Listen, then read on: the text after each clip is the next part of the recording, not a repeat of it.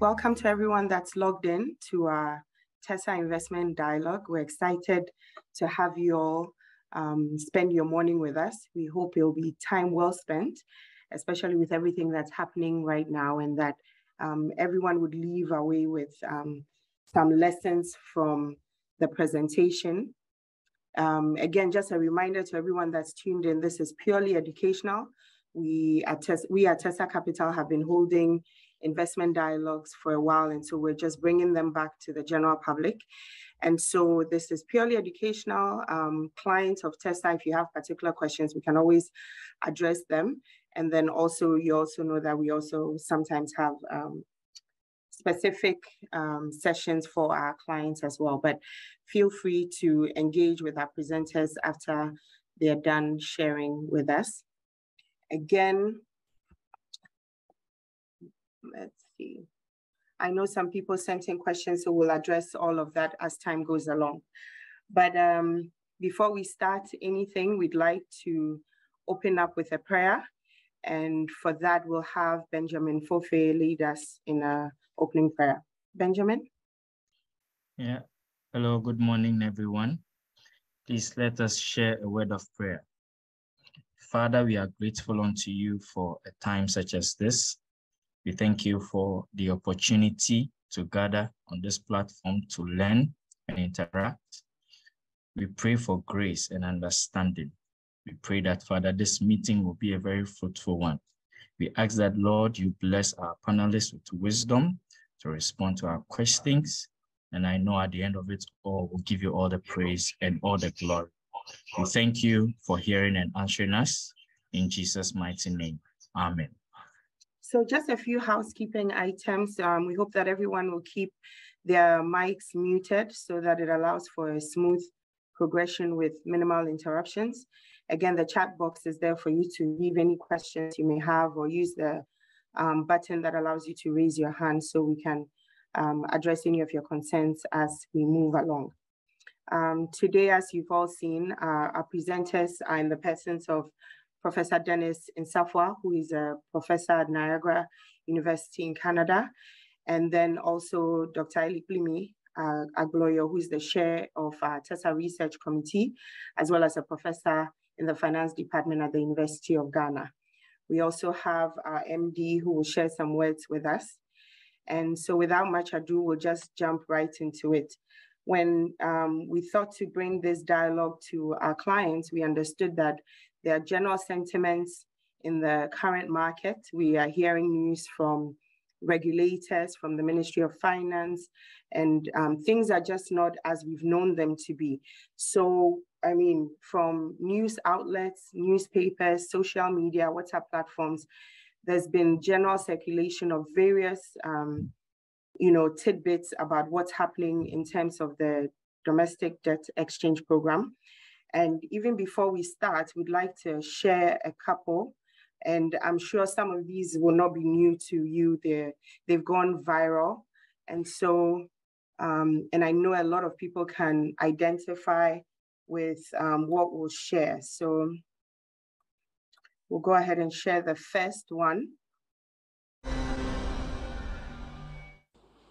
The debt sustainability analysis demonstrated unequivocally that Ghana's public debt is unsustainable and that the government may not be able to fully service its debt down the road if no action is taken now. I would want to look at the subject matter from the angle of a very grown-up man. I'm 65. In a few months, I'll be 66. Okay. I have all my life planned towards a comfortable retirement. And I have consistently kept faith with the system and invested quite a lot into government securities. I must indicate that during the financial sector restructuring, I lost money.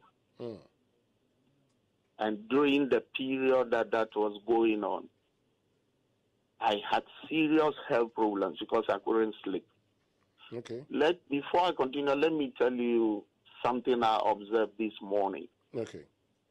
I am on a platform made up of people with problems as mine. And you would observe the whole of this night, most of them didn't sleep.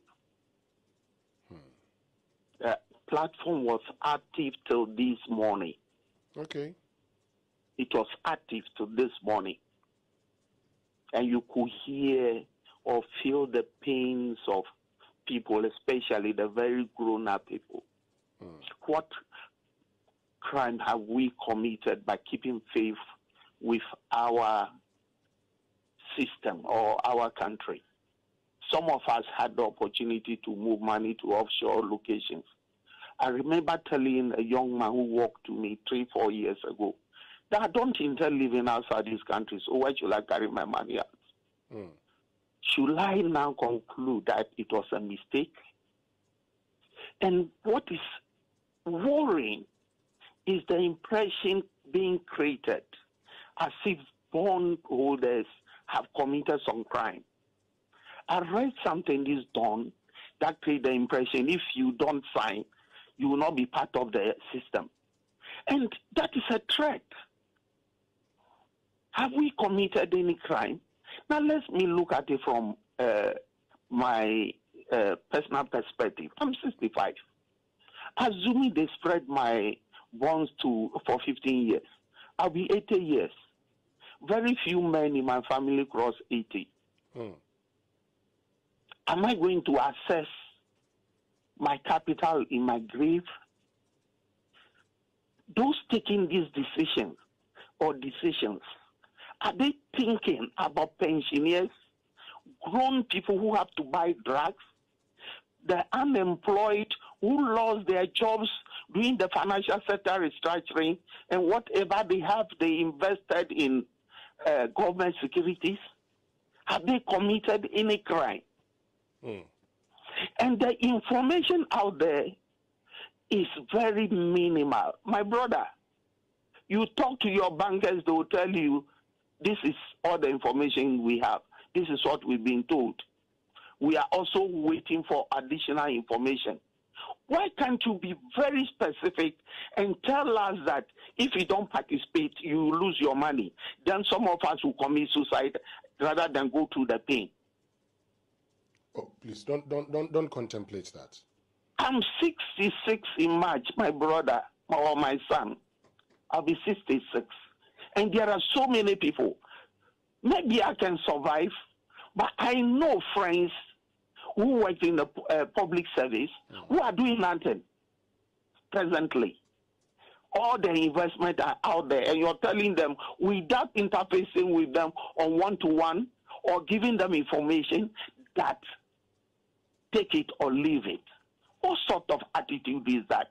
Meanwhile, the government who has done this road is not ready to cut expenditure. There are so many hangers on you find in offices who are doing virtually nothing. They are not prepared to let them go. They have used our money to pay these people. Now they're telling us, take it or leave it. What sort of government would tell its citizens or treat its citizens as trash? That is the way some of us feel. And that is the way a lot of people on these platforms are. I'm on two of these platforms. That is how we feel. We are not being told anything. We are not being told anything. And I'm going to be very specific here. The Minister for Finance, Companies and Commissions on the loans that we are paying now. Why shouldn't he return the commissions to ameliorate the situation for the country? But we, the poorer people, are being asked to give our money at 15, 20 years. What sort of leadership is this? And then you hear things like, we want to build cathedral. We want to do this. If you have money to build cathedral, you have money to do some of these projects, why don't you use it to pay our money? Or why don't you just give us our capital and take the coupon? My brother, I'm going to tell you something. In July, I was approached by one of the finance houses that there was a government bond available. I moved money, quite some money, to purchase it. I've not earned one coupon on it.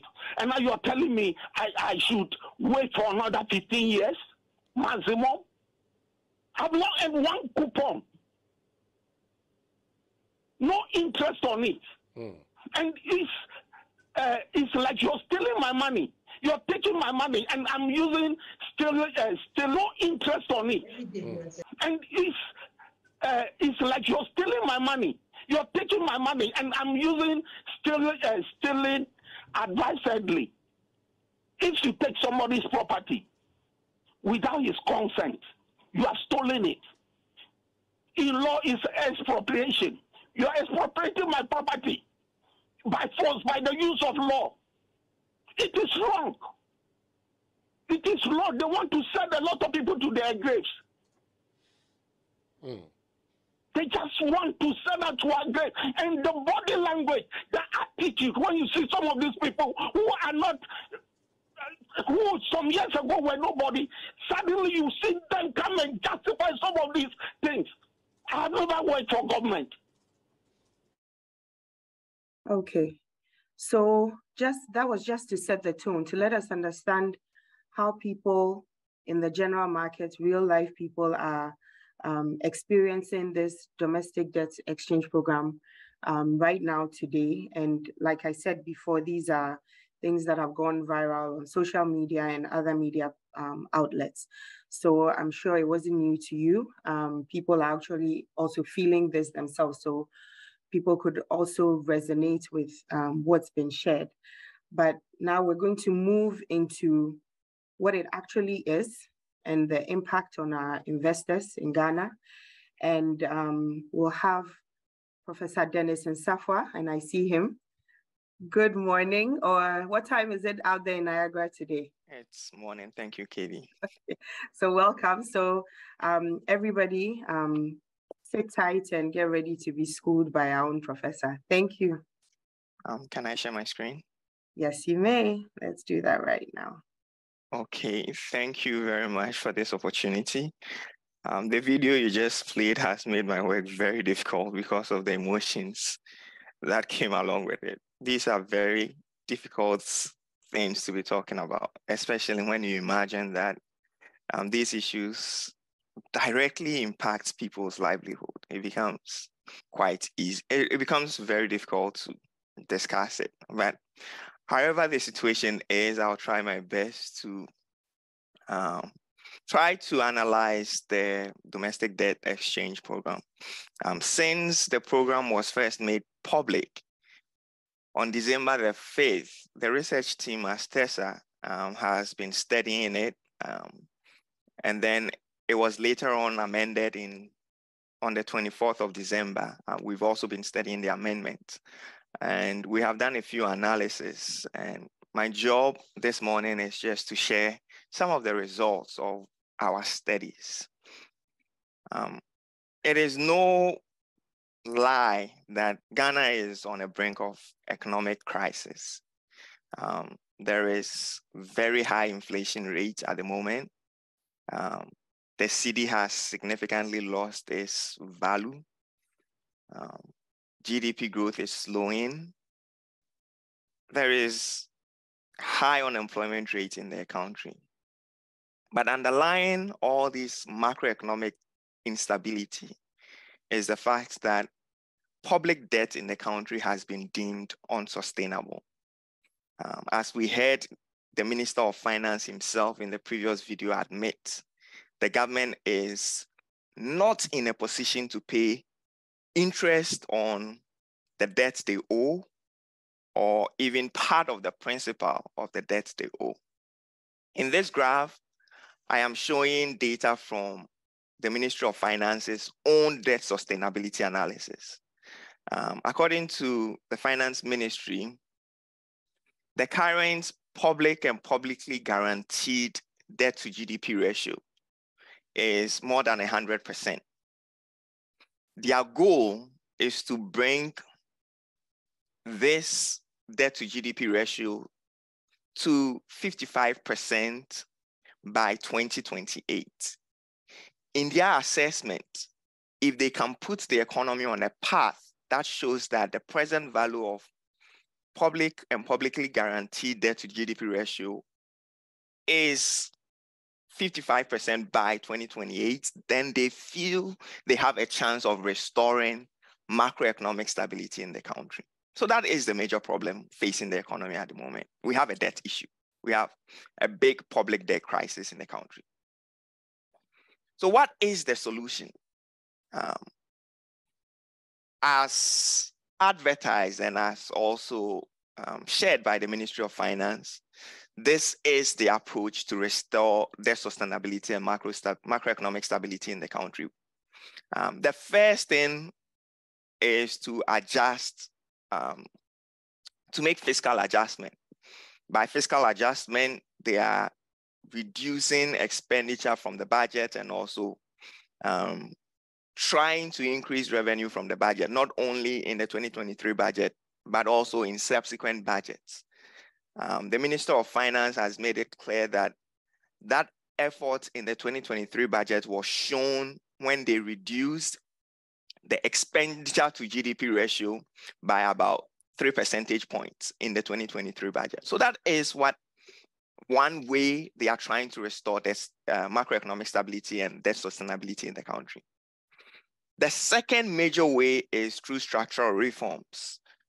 Many of us may have heard of the government preach about digitalization in the country, using technology in all forms of means to boost revenue, to increase productivity, and then to also increase GDP growth. Well, if this works, this is also a way we can grow our economy and then reduce our debt to GDP ratio.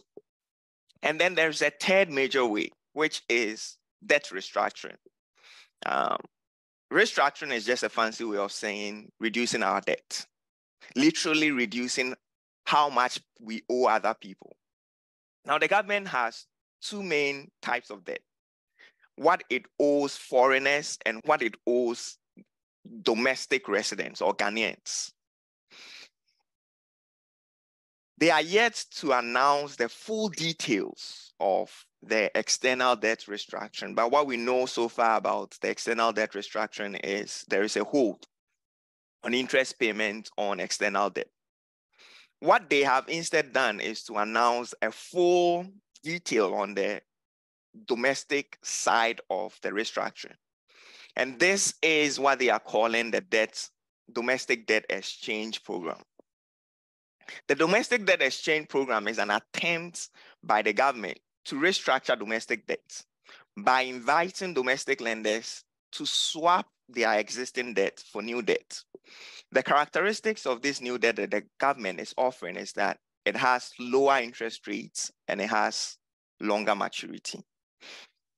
So you have a particular debt you hold, and then the government is literally telling you, since our economy is not on the right path, bring how much we owe you. Let's give you a new certificate. And that new certificate will show that we owe you a lower amount, basically. All right. Now, who are the people in the economy that the government owes? This data is from the Ministry of Finance as at 2021. A large chunk of public debt in Ghana is owned or is held by the banking sector. By the banking sector, I mean depository institutions and then the central bank. As at 2021, the banking sector held about 51% of all public debt. There are also insurance companies who owns part of the debt. Foreigners also hold part of the debt. And then SNCC also hold part of the debt. But a significant portion of the debt is held by what the Ministry of Finance categorizes as other holders. Now, who are the other holders? Part of the other holders are individual bondholders. I presume the man we just heard on the clip is an individual bondholder. So he would fall in that subsection. Among the people in that same subsection are non-banking financial institutions. and then collective investment schemes, such as mutual funds or such as clients of Tesah. You are also part of people who hold government debt. In the announcement that the government made on 24th December, they listed a number of instruments which they are offering a new instrument for. In total, they had 67 number of instruments, of which 58 of those instruments were cedi-denominated bonds issued by the central government of Ghana. That number of instruments had an outstanding principal payment of about 121.39 billion Ghana cedi. And then there were 6 Ghana cedi-denominated bonds issued by ESLA PLC and 3 Ghana cedi-denominated bonds issued by Dachi PLC. In total, the outstanding principal of the debt the government is seeking to restructure domestically is valued at 132.38 billion Ghana cedi. This is just the principal of the amount. Now, I want to go into the financial terms of the new bonds being offered by the government. The government is categorizing the old bonds into 2, and then they are proposing new bonds to replace these 2 classifications of old bonds. The first classifications are bonds that were supposed to mature in 2023. So if you held any of these 67 bonds and then they were due to mature in 2023, you'll be in the first category, the upper category here. The second classification of bonds are bonds that were due to mature after 2023, that is from 2024 and beyond.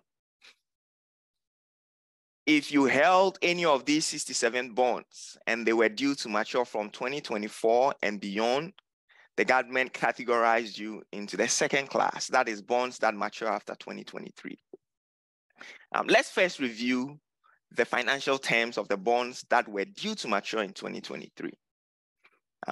According to the government, they were going to issue 7 new papers to replace all bonds that matured in 2023. Now, these new bonds will first mature in 2027, and it is not the entire amount of bonds that will be redeemed or that would mature, but just 15% of the new bonds will mature in 2027, and then they will let another 15% of the total mature in 2028, 14, 2029, 14, 2030, 14, 2031, another 14, 2032, and finally, another 14 in 2033.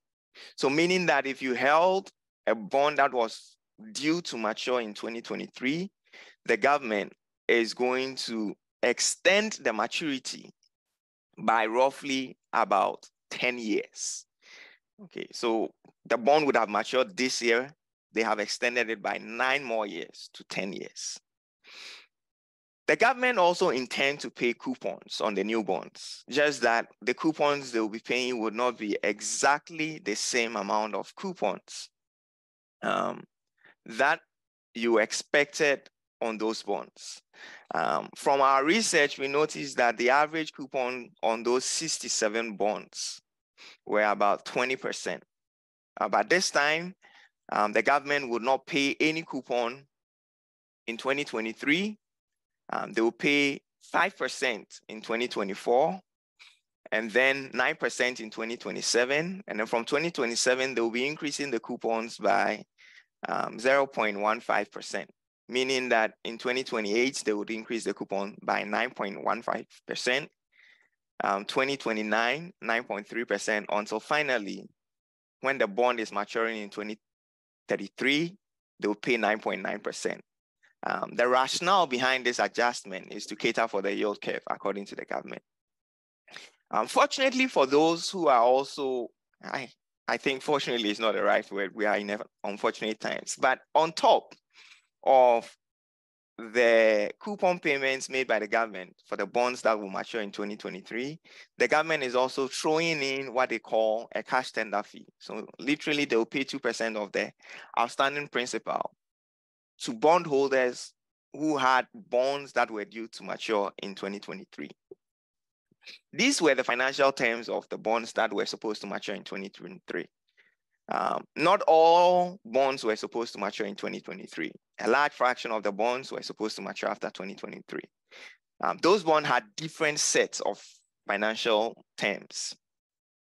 Whereas the bonds that would have matured in 2023 were spread into 7, the bonds that mature after 2023, forgive me, were spread into 12 new bonds. The earliest of those new bonds would mature in 2027, and then the latest will be 2038. And then it also has some consideration ratio, and the government pays interest or coupon in a similar fashion as they would for the 2023 bonds. Okay. In our research, we realized that the average maturity for the bonds that mature after 2023 was probably around 5 years. But in this new bond offer, the maturity is about 15 years. Okay? So the government is not only reducing the interest payment or the coupon payment, but they're also increasing the maturity of the bonds that we held. Now, let me share some of the results of our analysis with you. In our first study of the domestic debt exchange program, what we did was we took an investor who held a fraction of the bonds. So the particular bond certificate we analyzed had a principal or face value of 1 million Ghana cedi. It had its own terms. I think it was due to mature in 2027. So we spent some time analyzing the haircuts or the losses that this particular investor would incur should he go ahead with the domestic debt exchange program. In our analysis, we realized that this particular investor would be losing about 66% of the present value of his bonds should he exchange the bond for the new bonds being offered for the government. Okay. Literally, this investor who held our indicative bond would have lost 66% of the wealth or the value of his bonds. We also tried to investigate the perception that there was no haircut on the bonds that the government was offering. If you may have followed the government's communication, you would have realized that the domestic debt exchange program has been marketed as one that embeds no principal, no haircuts on principal. Okay. In as much as that is true, the government is actually not literally reducing your principal, but because they are reducing coupon payments and elongating the maturity, in essence, they are incurring a haircut on the value of your bond. So we did an experiment and then we figured out that, well, if the government had kept your previous terms of the bond and then decided not to pay your principal at maturity, you would have been better off than exchanging your bonds for the current domestic debt exchange program being offered. So we realized 100% haircut on principal would have led to just about 21% losses for the particular bond we studied, the indicative bond. Whereas maintaining the domestic debt exchange program and accepting the new offer would have incurred about 66.6% haircut. Okay, so you are actually better off receiving your coupons until maturity and telling the government, okay, you can keep my principal. As crazy as it sounds, that is what we realized. Now, one criticism that we had about this particular study was this may not be a reflection of every investor's situation. Remember, I told you we studied just one indicative bond held by an investor. The face value of the bond was $1 million Ghana cedi. I have just shown you that the total outstanding principal supposed to be exchanged for the new bonds is about 132 billion Ghana cedis. So we only investigated about 1 out of 132,000 of the bonds. So this may not be a true reflection of every investor's case. And that was a genuine criticism. So we took our analysis a step further. This time, we took all the 67 bonds that were eligible for the domestic debt exchange, including the 58 government of Ghana issued Ghana cedi bonds, the 6 EXLA bonds, and then the 3 Dacha bonds. All the 67 bonds, and then we analyzed each bond one at a time, and then aggregated our solution, aggregated our results. Now, this graph summarizes our findings from studying all the bonds.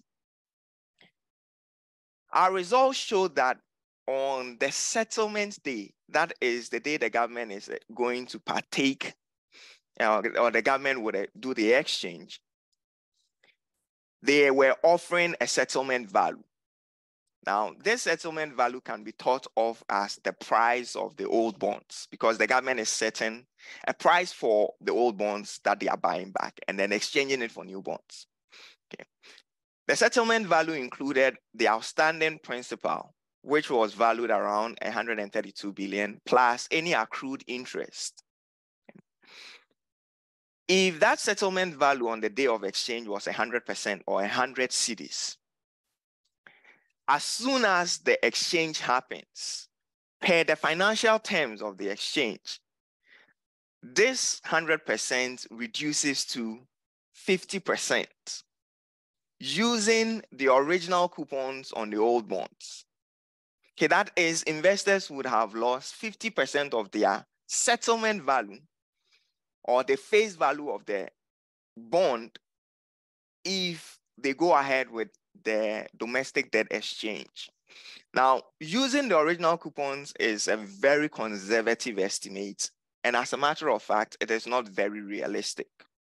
Okay, so we went on further to analyze more realistic cases. Well, if the government was due to default, or if the government was paying you your settlement value for cash, the more realistic question is, what would you have done with your cash? Most people tend to buy T-bills. Okay, so the real opportunity cost of engaging in this domestic bond could be the T-bill rates. We use T-bill rate as the yield to maturity. And then we realized that for 100 cedis settlement value, you would have lost roughly about 77.8% of the value. That is, you would have been left with only 23 cedis the moment the debt exchange happened. Okay. And then finally, we went on to analyze even a more realistic case, which is the purchasing power. All right. When we have money, we don't just keep money in our bank accounts. We keep money so that we can spend. All right. How this debt exchange would affect investments or investors' portfolio using the real purchasing power, which is inflation. Now, when we evaluated the debt exchange program, the domestic debt exchange program, using inflation as the yield to maturity, we realized that investors were losing close to 88.2%, right? So initially, if the settlement value was 100 cedis, investors would have been left with 11.8 cedis. Now, these results were very striking, and then they were extremely damaging. We compared our results to some of the domestic debt exchange programs that has happened elsewhere, not only in Ghana. And we realized that on average, investors lose close to somewhere between 30 to 50%. That is, investors lose roughly about on average 30% of their investment. In our case, investors were losing between 50 to 88% of their investment, which was extremely huge, especially on the wealth of investors. What does the government get from the domestic debt exchange program? At the beginning, I told you the overarching goal for this DD is to be part of a full set of measures to reduce the present value of public and publicly guaranteed debt to GDP ratio from over 100% to 55% by 2028. Well, the domestic debt exchange program alone will not help the government achieve that objective. There are other measures like the fiscal adjustments, the external debt, the structural adjustment, which also have to contribute to reduce the debt to GDP ratio to the target of the 55%. So it is very difficult to evaluate this program on that target, especially due to our limited information. On the other programs that are that are supposed to be implemented to help achieve that target. So what we actually did was to investigate the impact of the domestic debt exchange program on the current year, the budget that the government presented. Our findings showed that if this domestic debt exchange program as proposed in the 24th December memorandum goes ahead, the government would have roughly about 22.7 billion cedis in fiscal space. That is, the government would have excess of 22 billion from the budget. And how did we arrive at this number? In the budget, the domestic interest payment budgeted was about 34 billion Ghana cedi. The overall deficit was 61 billion Ghana cedis. Using the 67 bonds that were eligible from the domestic debt exchange program, the government would have paid 23 billion cedis to holders of those 67 bonds this year.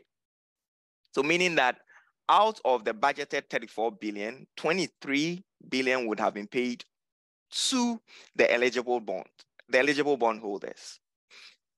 This implies that the interest payment on eligible bondholders was close to about 70% of the budgeted domestic interest payment. According to the domestic debt exchange program's financial terms, in this year, the government is scheduled to only pay about 600 million Ghana cedi. This 600 million Ghana cedi is from the 2% cash tender fee the government was going to pay on the 2023 bonds. Okay. So instead of the government paying 23 billion this year, they were only going to pay 600 million. By so doing, they would reduce the deficit from 61 billion to 38 billion cedis, and then create for themselves a fiscal space of 22 billion cedis. Okay. What does this mean for the government? I know we are supposed to talk about investors, but I also want to try to balance the scale of the arguments. Well, this is extremely good for the government. Okay, if this goes ahead, it would really help the government's finances. The reason is because when the budget was initially read, I, for one, was extremely skeptical about how the government was going to finance this 61 billion Ghana cedis. If you read the budget carefully, you'd realize that the government put an asterisk on the overall deficit and then claimed that the overall deficit will be financed by multilateral agencies and then foreign partners. Well, this is an extremely vague way to describe how you are going to finance your deficit, especially when you are in a fiscal distress. Okay. I initially thought this would be a repetition of what happened in 2022. Okay. For those of you who have been following the budget and then the fiscal activities of the government, it won't surprise you to know that in the year 2022, the Bank of Ghana, who is the central bank of Ghana, and who is the central bank, actually financed a large chunk of the deficits. Close to about 80% of the deficit that was incurred in 2022 was financed by the Bank of Ghana. There are big disadvantages if your central bank has to finance your spending as a government. Well, it is no surprise that we have a 54.1% inflation if this continues. Okay. So I was thinking, is this going to be a repetition of 2022? Is the Bank of Ghana going to step in again? Well, my biggest worry was the Bank of Ghana was in a position to do that in 2022, but they were not in a position to do that in 2023, simply because they have run out of reserves. Okay, the Bank of Ghana does not have the firepower they did last year to finance the budget. So the government needed to find a way to be able to finance this budget deficit. If the if the domestic debt exchange goes ahead, this would prove that the government would have made a significant effort in reducing the deficit from 61 billion to just about 38 billion. With the IMF money coming in, if they get 3 billion, that would be very close to financing the deficit. Okay.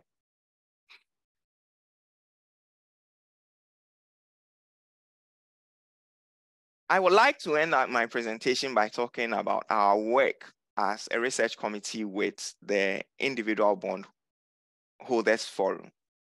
The Individual Bondholders Forum is an advocacy group that represents individuals with investments in the 67 eligible bonds, including those in collective investment schemes like Tesah clients or those in mutual funds. When we did our analysis and we saw that investors were losing between 50 to 88%, this was striking to us. And initially what came to our mind was individuals who are not companies or big banks would struggle to be able to survive with this kind of losses. Okay, so the research committee of Tesah has been working hand in hand with the technical committee of the Individual Bond Forum to negotiate an exemption for individual bondholders, which would cover everyone in a collective investment scheme. Well, in our negotiation with the government, we have made it clear and we have maintained that all individual bondholders should be exempted from the domestic debt exchange program, purely because they cannot contain this huge amount of losses that the DDE would impose. Instead, we have made several proposals to the government to achieve the debt sustainability. We agree with the government that the country needs to be on a path of debt sustainability. We agree that our current debt to GDP ratio is high. We need to find a way to reduce it from the 100% to the 55% by 2028. We don't disagree with the government on that. What we mainly disagree is the path of achieving that objective. We maintain that the objective can still be achieved if individual bondholders are exempted from the domestic debt exchange program. Instead, we have proposed that the government should consider major fiscal readjustment, which we have proposed a number to them. We have also proposed that they revise the current proposal to the structured groups such as banks and insurance entities, since they have more capacity to absorb the losses than individuals. And we've also made a strong proposal for the government to show strong commitment to fight corruption. From the Auditor General's report, it is no secret that there are huge leakages and inefficiencies in the government. We have proposed measures by which the government can close those leakages and become more efficient with small revenue that they receive from the taxpayer. Thank you. I would like to end my presentation here. Thank you so much, Prof. Very enlightening. And kudos to everybody on the research team for assisting with some of these findings. There's a question in the chat box from Iya Japong. And let me see. What is the government's response to your research? As a matter of fact, some of my colleagues are meeting the Minister of Finance today to get a feedback. So hopefully by the end of today, we'll get a feedback, and through the individual bonds holders forum, we would let the public know. Okay. So again, this is question and answer time. Feel free to raise your hand, or you can send your question in the chat box.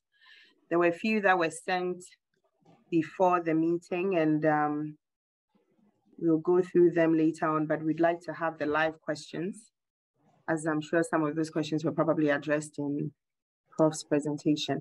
Okay, Winifred, the floor is yours. Yeah, thank you.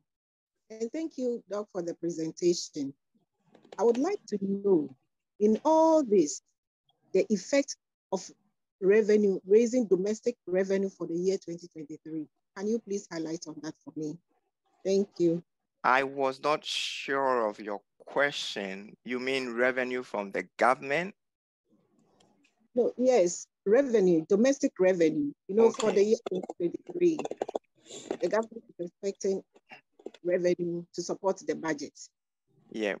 So usually interest payments in the budget are expenditure items from the government.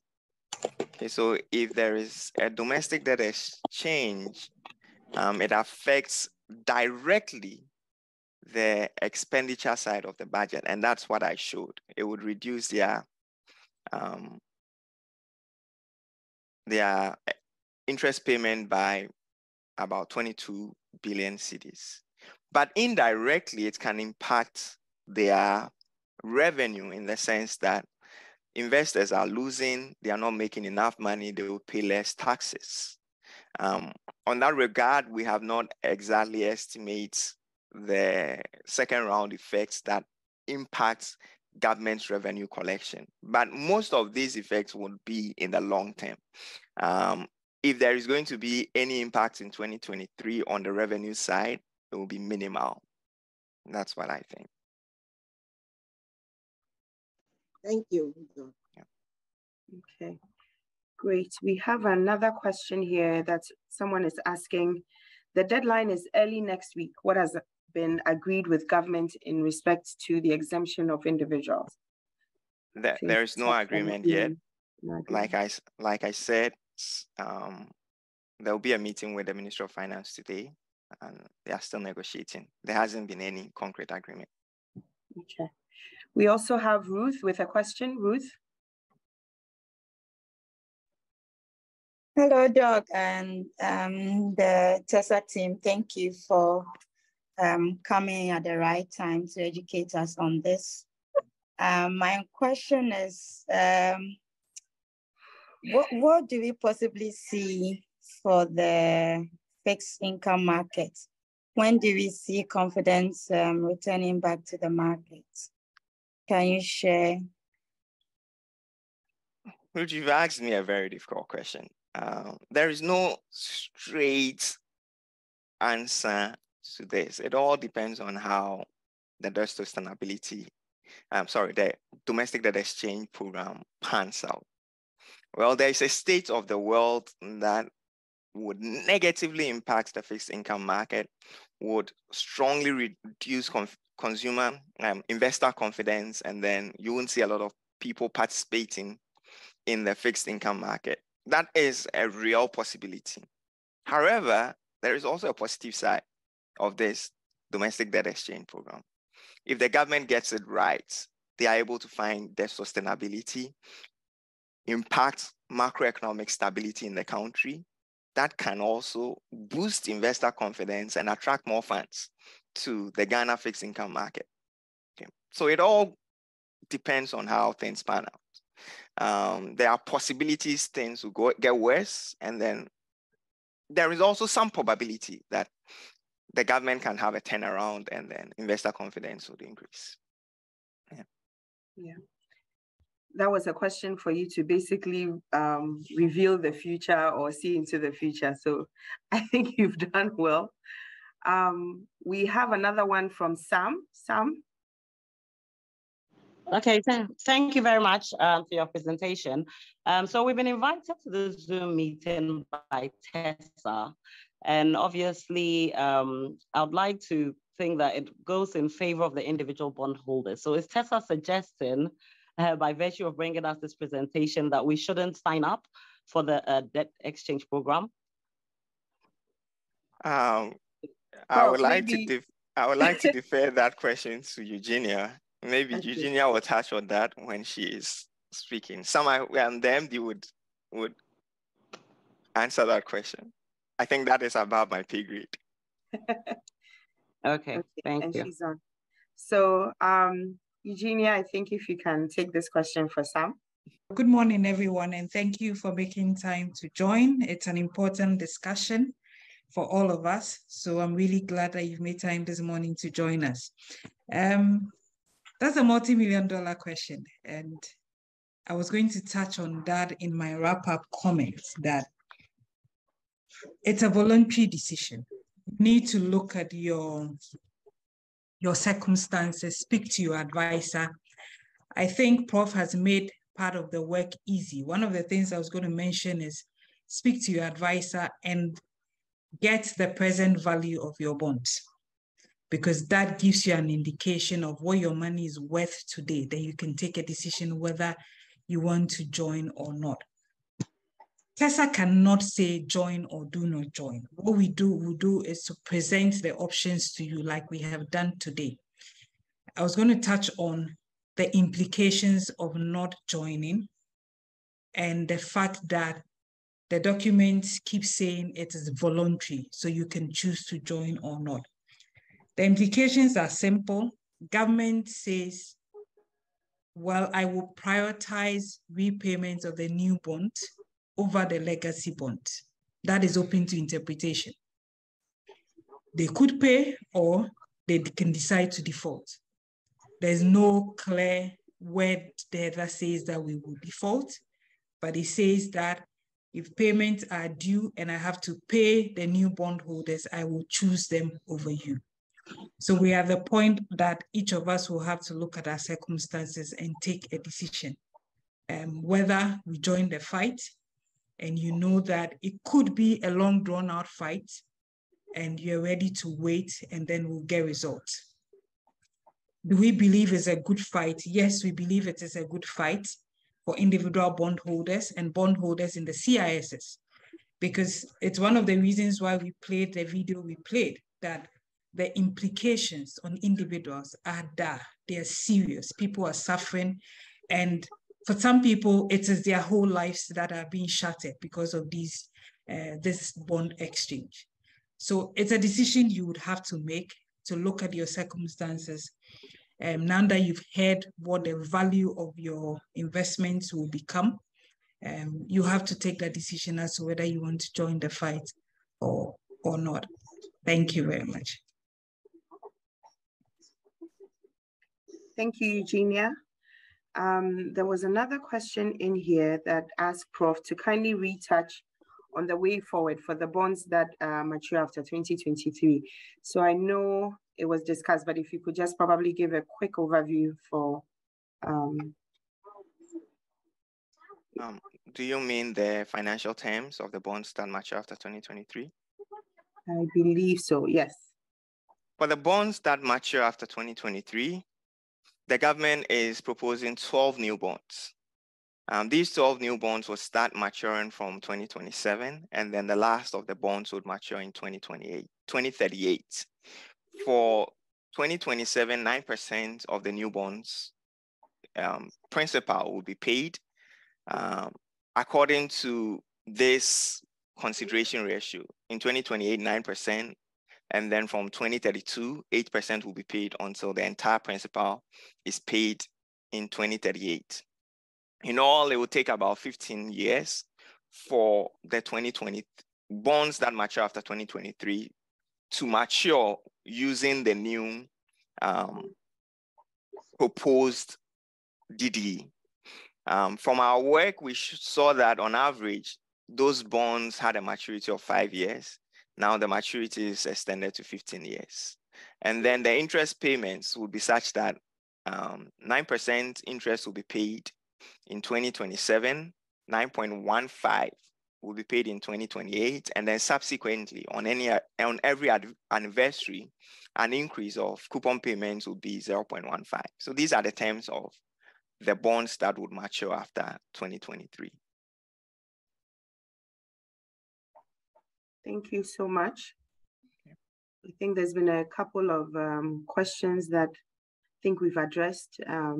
Basically, what happens to individuals if they don't volunteer and agree to the DDE? Can the government unilaterally make a decision not to pay their debtors? And that they can't default forever, can they? So, Prof. Well, when the word "can" is used for a question, obviously they can. They can. That's why you also have a legal right to also sue them. But when you ask the question, can the government default? Obviously, yes, they can. Every debtor can default. Another crystal ball moment. According to your research, how long on average would you say it took for debt GDP ratios to return to sustainable levels after the debt exchange programs in other countries? And how long before investor confidence bounced back? Well, the most recent domestic debt exchange program we studied was Jamaica's case. Well, in Jamaica's case, they did a lot of things right. Initially, after their domestic debt exchange program, they had a lot of people sign up. About more than 99% of bondholders signed up for it. Okay, so they were able to get it right immediately, and then we saw the value of bonds being restored. However, things went south. After some time, they had to go back to restructure again. Some people have claimed that it was a strategy. They proposed a soft domestic debt exchange initially to get a lot of people to sign up. And then when it did not achieve the final goal, they went back to restructure. Most countries that actually restructure their debt do not achieve debt sustainability at once. They go back to do it again. That's the hard truth. It was from earlier on. Will cocoa bills be part of the debt restructuring? According to the proposal of 24th December, cocoa bills are not part. A submission from Michael Osei, and that was, I hear a lot of optimism in your submission. Should we all accept the debt exchange going forward? Is it a good option to still buy more bonds or bond balance products? I think the first half of it was answered by Eugenia, which is, this is a case-by-case basis. So you need to speak with your financial advisor and get advice on your particular situation. But then I think the second half, Dennis can attempt. Going forward, is it a good option to still buy more bonds or bond balance products? I'm sorry if I came across to be very optimistic. That was not my intention. I actually feel very depressed about the current economic situation in Ghana. Should you buy government bonds? Government bonds still remain extremely high risk bonds. Okay, so it's all about your level of tolerance for risk. The fact that they are high risk means that the government will be willing to pay a lot of coupons on the new bonds that they issue. I don't mean the new bonds being offered for the domestic debt exchange program, but any new treasury bill that the government issues would have a high coupon payment.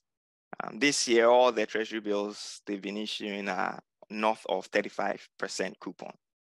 Okay, so it's all up to you. If you are willing to take the risk, then yeah, it's possible you would end up benefiting. However, I would caution you that government of Ghana bonds now today are extremely high risk. Thank you, Prof. So some of the textbooks would have to be rewritten to take that into effect, as we've all learned in the past that government papers are close to zero risk.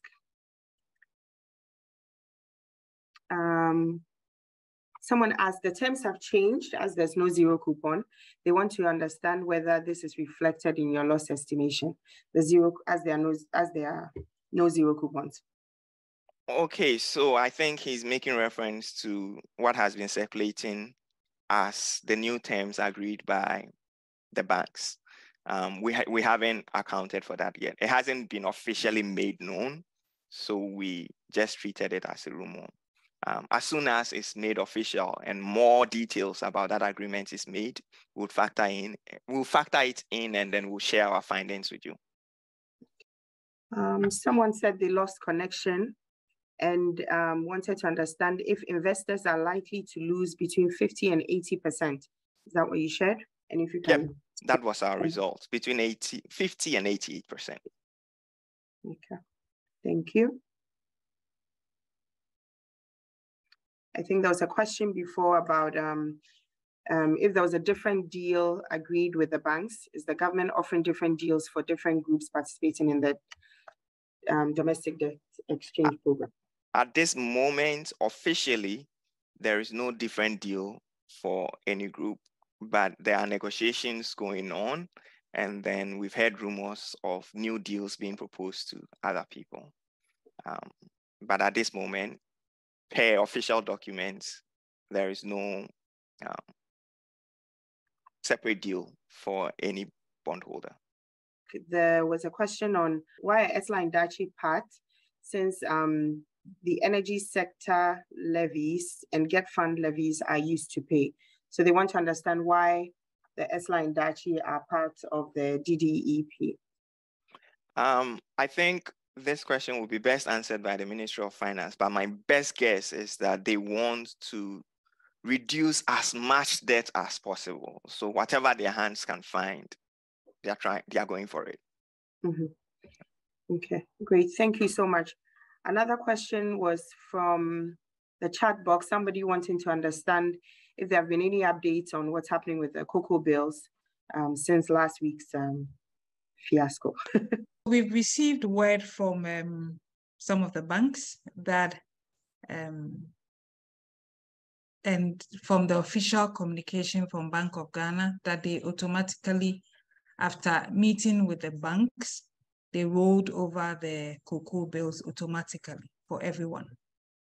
However, Bank of Ghana says that they were not aware that individuals participated in the cocoa bill auctions. So they thought they were dealing with just banks or as institutional investors. And so if you're an individual and you have a cocoa bill, they've made arrangements with the banks to pay it back to you so that if you want to redeem, so your rollover is not automatic. So at this point, this is the word we have. As SEC licensed institutions, we are faced with some peculiar circumstances because our clients have not been paid back. We are in discussions with the banks and the Central Securities Depository, and we will pursue it. And so for those affected, keep speaking to your SEC licensed institutions as we work to get a solution for this. Thank you. I think there were a couple of questions in there about people asking if this would be shared later. Yes, it would. We will share on our webpage as well as our social media handles, Tesah Capital. And so you can always go back and listen to some of the tidbits that were shared today. We'll move into, thank you so much, Prof. As always, it's a pleasure having you, and we thank you for making the time. Thank you for having me. Okay, great. So I think because of some of the questions that came earlier on, Eugenia had to come in and answer, but we'll hand over to her at this point to share some closing remarks as well as just share, general happenings right now. So Eugenia. Okay, thank you very much, Kathy. And thank you again, Prof, for a great presentation. The insights have been great. We all know that as a country, we are in a serious crisis, for lack of a better word. And we know we all need to find a solution. The question of how we got here is another question. Dennis, I realize you didn't touch on it, but I think that would be probably discussion for another forum. Whatever the case is, we are where we are and we need to move forward. So Dennis approached it from two angles and outlined the various things that government can do to resolve this issue. And I think key amongst this is government spending.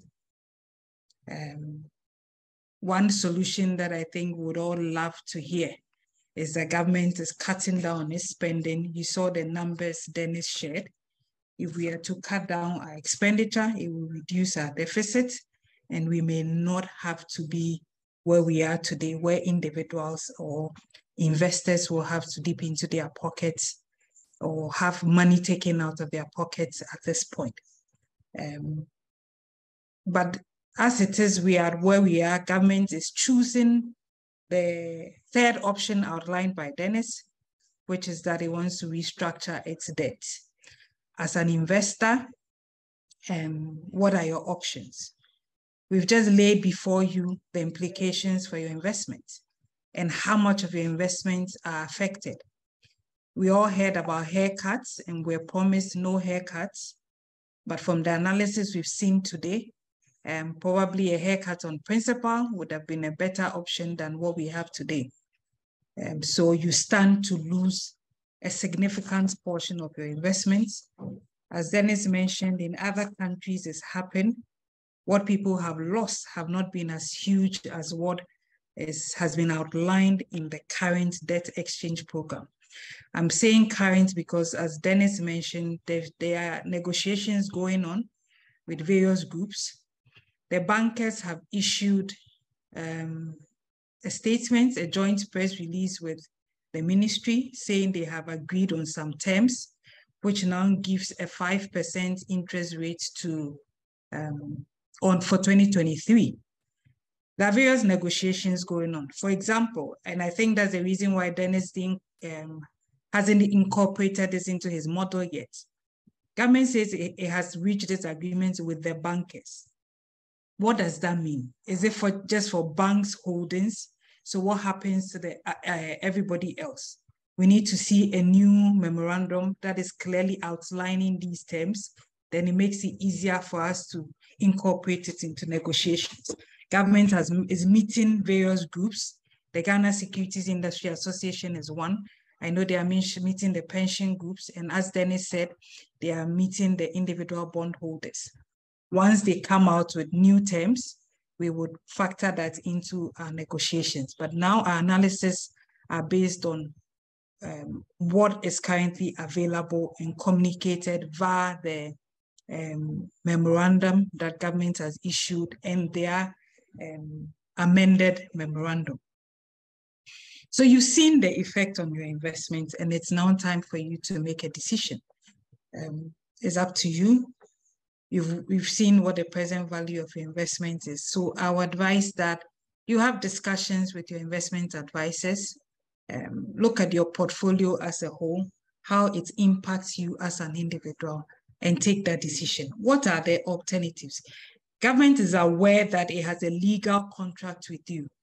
Once you bought these securities under the old terms of the old bonds, government is obliged to pay you because you have a contract. And that is why government sought advice from the Attorney General, and the Attorney General's advice was clear that it cannot be mandatory. So government is saying it's voluntary. So the power is in your hands. It is your decision to make. As I said, what the implications will be if you do not participate is not very clear. It's vague. Government says it will prioritize other payments over your payment, which means it can choose to default. It may not. We don't know what will happen in future. So you can have discussions with the investment advisors to understand better the implications for you, because you may hold particular securities, and then take a decision. As Dennis outlined, there are advocacy groups that are advocating for individuals and collective investment schemes. We believe strongly that individuals and collective investment schemes, if government has to go ahead with this program, should be exempted. But it's your choice to decide whether you want to join this fight, which could lead to good for everybody, especially for individual investors, or could lead to a long drawn-out battle where there could be default and there could be court actions. But it's up to you to wait and take the decisions. So we hope we've been able to shed some light on the implications for you investors. And I know it's difficult, but it's giving you more information, more ammunition to be able to take a decision by Monday, when the deadline, the expiration date of the program. So thank you, everybody. I hand over back to Harold. Thank you. Thank you so much. So in the interest of time, we appreciate everyone that took the time out to join this call. Again, we'll share these, the whole presentation on our social media handles as well as our website, make it available for everyone to be able to access at any time, those that joined in late or didn't hear clearly. So once more, we thank you so much. Again, this is just an investor dialogue open to the general public, and one in the first of many that will come up towards the end of the year. So thank you so much for making the time to be with us. And we'll end with our closing prayer. Our Lord and Master Jesus, we thank you for today. We are most grateful for the time that we have gathered here. We ask that whatever we've learned, let it be a blessing. In Jesus' name we pray with thanksgiving. Amen. Have a good one, everybody, and thank you so much.